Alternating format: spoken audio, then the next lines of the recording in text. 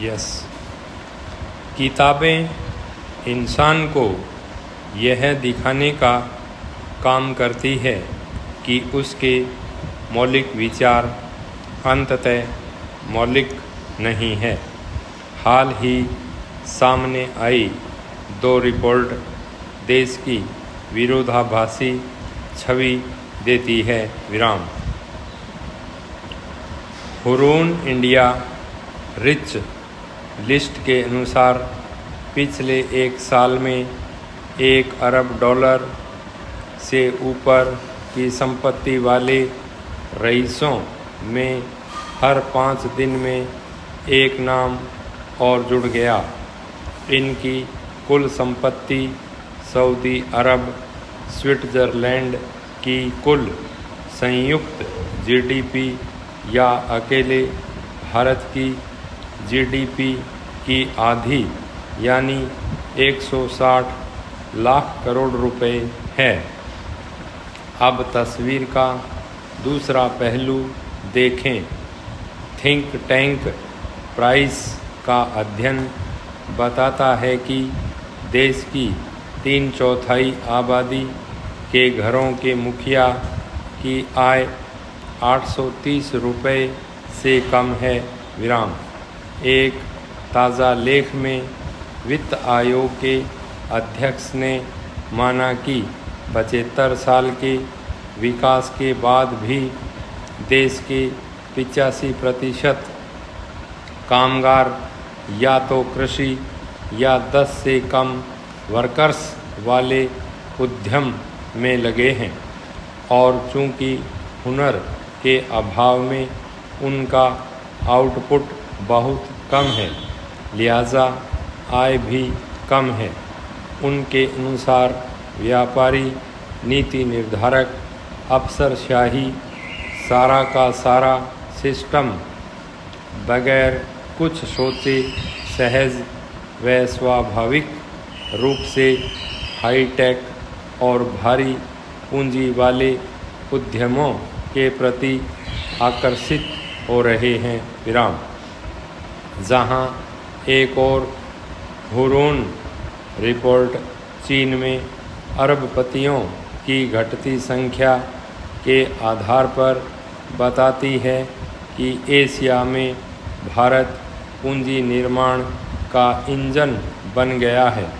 वहीं प्राइस की रिपोर्ट बताती है कि अमीर गरीब की खाई बढ़ रही है। देश में मौजूद आर्थिक विषमताएं दूर करने की भी कोशिशें होनी चाहिए। सर्वोच्च न्यायालय ने जमानत एवं व्यक्तिगत स्वतंत्रता के महत्व पर जोर दिया है। जमानत संबंधित कानूनों पर ताज़ा चर्चा एक नेता के अभियोजन के संदर्भ में उठी है। दिल्ली सरकार के पूर्व मंत्री मनीष सिसोदिया को जमानत देते समय सर्वोच्च न्यायालय की खंडपीठ ने जमानत पर शीघ्र ट्रायल के मौलिक अधिकार पर बल दिया। पीठ ने जांच में देरी के लिए ईडी एवं सीबीआई की कठोर शब्दों में निंदा की। 17 महीनों की कैद के बाद सिसोदिया रिहा हुए। 3 सप्ताह बाद उनकी सह आरोपी भारत राष्ट्र समिति की सांसद के कविता को भी जमानत दे दी गई, लेकिन दिल्ली के मुख्यमंत्री अरविंद केजरीवाल और कई अन्य आरोपी अभी भी जेल में बंद हैं। कहते हैं गठबंधन सरकार के दौरान न्यायपालिका अधिक सक्रिय होती है, तो अब यह पूछने का समय है कि आने वाले वर्षों में जमानत संबंधित कानून में क्या बदलाव आएगा। इस संदर्भ में विशेष रूप से 3 क्षेत्र रुचि के होंगे। मनी लॉन्ड्रिंग निवारण अधिनियम 2002 जैसे विशेष कानूनों के तहत जमानत, सामान्य प्रतिवादियों की जमानत पर लगाई जाने वाली शर्तों का विनियमन और कानून में स्थिरता लाने के लिए संभावित संसदीय कदम, PMLA और गैरकानूनी गतिविधियां रोकथाम अधिनियम 1967 जैसे विशेष कानूनों में ऐसे प्रावधान हैं जिनसे जमानत मिलना बहुत मुश्किल हो जाता है।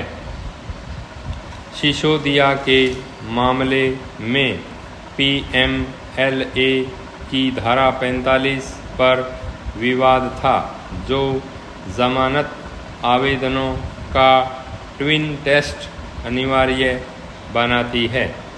जमानत देने के लिए न्यायाधीश को संतुष्ट होना चाहिए कि आरोपी जमानत पर बाहर रहते हुए कोई अपराध नहीं करेगा और यह मानने के युक्ति आधार हैं कि वह दोषी नहीं है। सिसोदिया के मामले में न्यायमूर्ति गवई ने स्पष्ट किया कि इस धारा की व्याख्या इस तरह से न हो कि जमानत नियम है और जेल अपवाद की जानी पहचानी कहावत को नकार दिया जाए।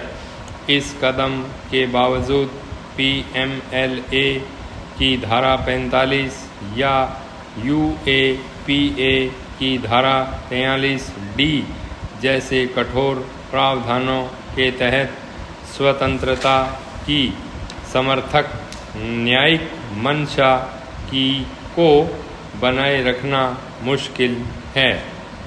5 स्टॉप।